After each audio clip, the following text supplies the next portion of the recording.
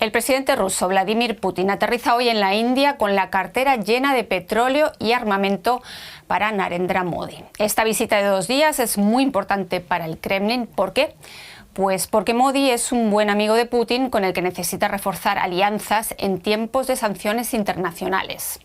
El problema para Modi es que la Casa Blanca amenaza con nuevos aranceles si la India sigue acercándose a Moscú. Modi se reúne mañana con Putin en la primera visita de Estado desde el inicio de la invasión de Ucrania y en plena fase de negociaciones sobre el futuro del conflicto. Estados Unidos teme que India se acerque al eje que Putin y Xi Jinping escenificaron en septiembre como alternativa a Occidente.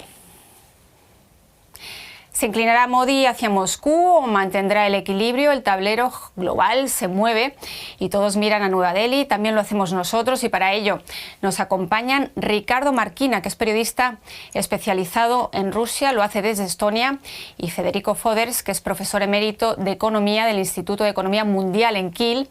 Bienvenidos a los dos, bienvenidos a Actualidad en Análisis, y voy directamente contigo, Ricardo, porque el crudo ruso que compra la India es vital para financiar la campaña militar en Ucrania, pero Donald Trump, lo sabemos, asegura que Modi le prometió que dejaría de comprarlo.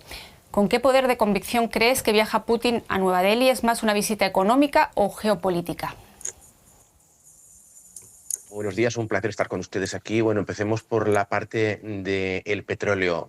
Si miramos las cifras, hubo una caída fuerte de la compra de empresas indias a petróleo ruso con la amenaza de esas sanciones, pero esa caída fue coyuntural, fue muy breve. Las cifras macro indican que la India no ha frenado la compra de crudo, con lo cual el dinero, las rupias indias siguen fluyendo hacia Moscú para alimentar la guerra, con lo cual esas sanciones no han hecho, al menos en este corto plazo desde que se implementaron, un daño efectivo a esa compra de crudo ruso por parte de la India.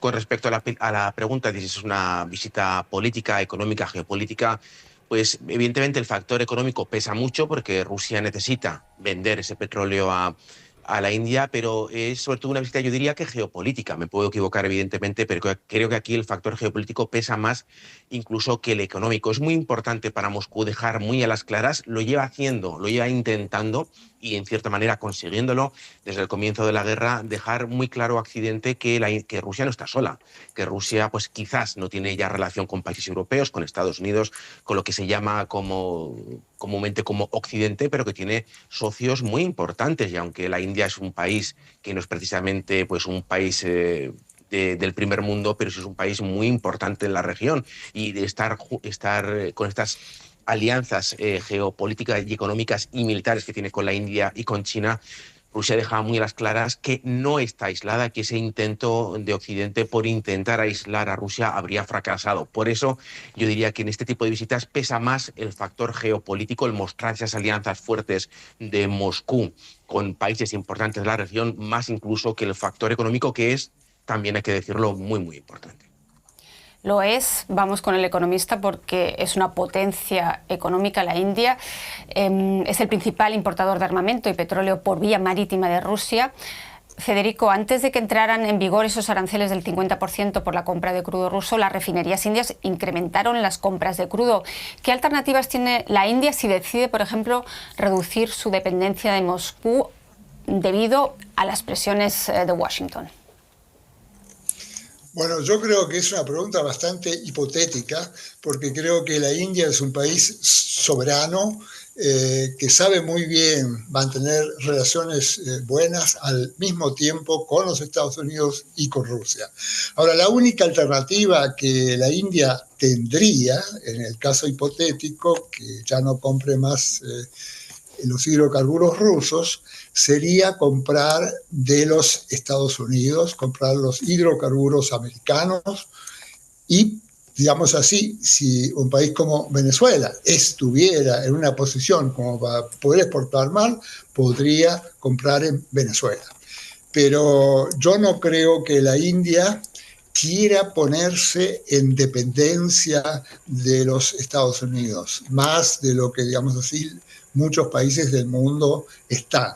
Por eso que no creo que la India reduzca para, digamos así, complacer a los americanos la compra de hidrocarburos en Rusia. Por eso que creo que la visita es ambas, o sea, tiene aspectos económicos de mucho peso, como dijo el colega, y también geopolítica, porque tenemos una nueva geometría o arquitectura del mundo global, y ese nuevo orden que está emergiendo ahora es un orden con dos países hegemónicos, los Estados Unidos por un lado y la India y la China, y China por el otro.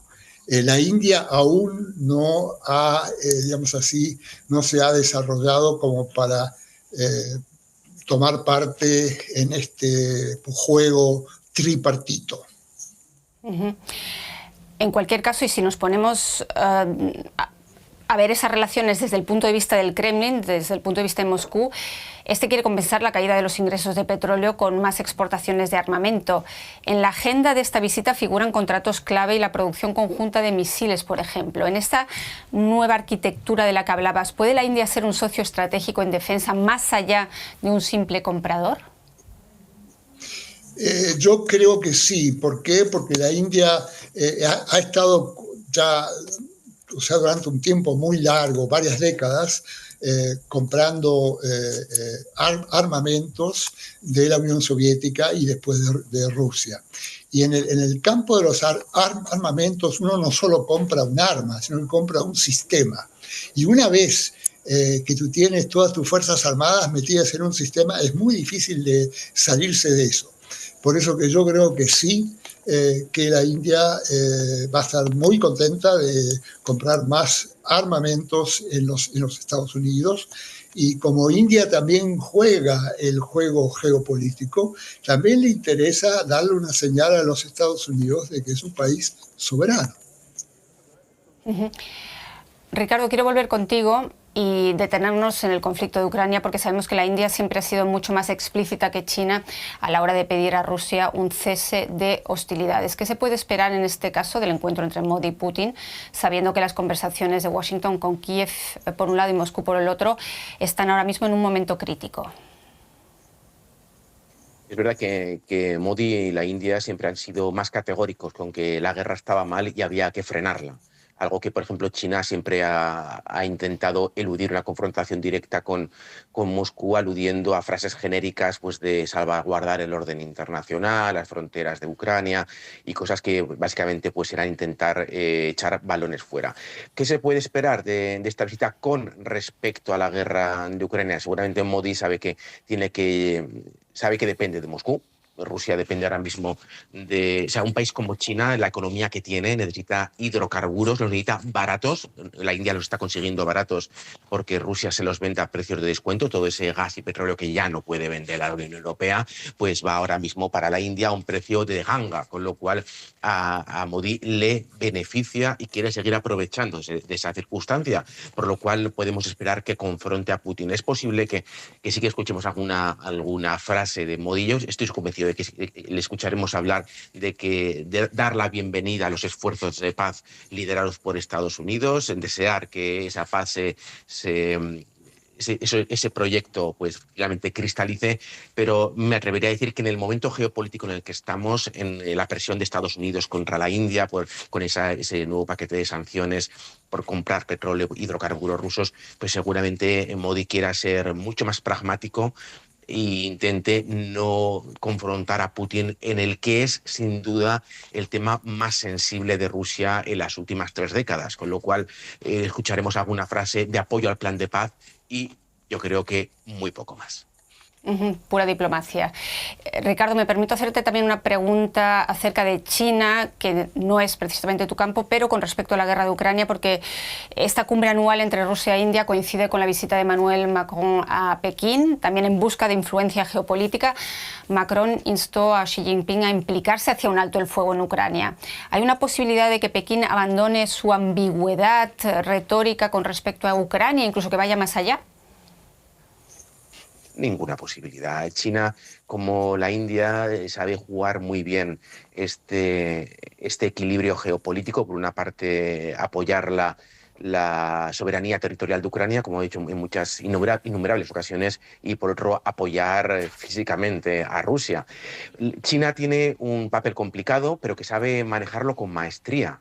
China compra también a precios de descuento hidrocarburos rusos, pero sus principales clientes no es Rusia. Rusia es un enano económico comparado con la Unión Europea y con Estados Unidos, a quien China vende infinitamente más, con lo cual tiene ese equilibrio difícil, seguramente casi imposible para muchos países, pero China tiene tantísima masa, tiene tanta gravedad geopolítica que es capaz de atraer todo hacia sí misma y salir de este laberinto geopolítico en el que otros países seguramente jamás encontrarían la salida, pues salir victorioso. China está en una posición de fuerza por la masa económica gravitacional casi que tiene como país, con lo cual yo creo que va a seguir siempre que pueda manteniéndose en esa ambigüedad para no poner en riesgo lo que a China le interesa, que son sus mercados, el mercado occidental, que es donde vende, y el mercado ruso, que es donde compra hidrocarburos. Por eso, porque esos mercados a los que compra nos repercuten directamente aquí en Europa, todos los líderes políticos viajan a China. Federico, es la cuarta visita de Macron a China desde que es presidente, pero el contexto es de máxima tensión comercial entre Pekín y la Unión Europea. París reclama condiciones de competencia más equitativas y acceso al mercado chino similar al que disfrutan las empresas chinas en Europa. ¿Puede Occidente hacer algo más que reclamar? ¿Hay margen para medidas más duras? Yo no creo. Sabemos que la mayor parte de las empresas chinas reciben cualquier cantidad de subsidios y otras medidas de preferencia. Entonces, la competencia con las empresas chinas no es justa, ¿no? Pero eso es una cosa conocida y está muy bien que los políticos pidan que esta cosa cambie, pero yo no veo una posibilidad porque Occidente no tiene la posibilidad de presionar a China. Yo creo que China va a ser uno de los próximos, de los futuros ejes de ese nuevo mundo, un país hegemónico parecido a los Estados Unidos, y creo que se caracteriza justamente por no dejar presionarse por ningún otro país. Y volviendo a la India y hablando de ejes, Federico, ¿cómo influye esta visita en el equilibrio dentro de los BRICS? ¿Podría reforzar un eje Moscú, Pekín, Nueva Delhi frente a Occidente, por ejemplo, o el riesgo para la India de alinearse demasiado con Moscú y Pekín es demasiado alto? Bueno, yo creo que en el arte de la geopolítica, eso ya lo dijo Ricardo, tanto la India como China son muy buenos jugadores, y creo que los BRICS son muy importantes. Es un bloque que, por ejemplo, intenta sacar al dólar estadounidense del comercio internacional, ¿no? O sea, los países miembros del BRICS intentan usar sus propias monedas en el intercambio comercial, ¿no? Para no usar el dólar. O sea, están haciendo conjuntamente una serie de medidas que también contribuyen a cambiar el orden internacional actual en el cual el dólar domina. Para ir terminando ya, Ricardo, ¿qué papel juega la cooperación energética y militar entre Rusia, China y la India en la estrategia global del Kremlin? ¿Es un contrapeso real a las sanciones occidentales? Bueno, es la manera que tiene Rusia de generar tracción geopolítica a su favor, que es básicamente estar a la sombra de China. Rusia, evidentemente, trata de mostrarse fuerte y en esas relaciones comerciales, especialmente por su gran capacidad de producción de hidrocarburos y también de armamento, aunque China, evidentemente, es una gran potencia a ese respecto. Estas relaciones comerciales y estas uniones, especialmente los BRICS, pues hace que este núcleo de países, al utilizar sus propias divisas, también pues genere una atracción geopolítica que consiga independizarlo en cierta manera de la dependencia que tenía durante décadas del mundo occidental y de esa hegemonía que ha parecido tener durante estos últimos 25 o 30 años Estados Unidos. Es muy importante. Rusia hace su geopolítica con dinero, básicamente como otros muchos países, pero en esa estrategia está el armamento, que juega un papel muy importante en países como la India, también en otros países africanos, por ejemplo.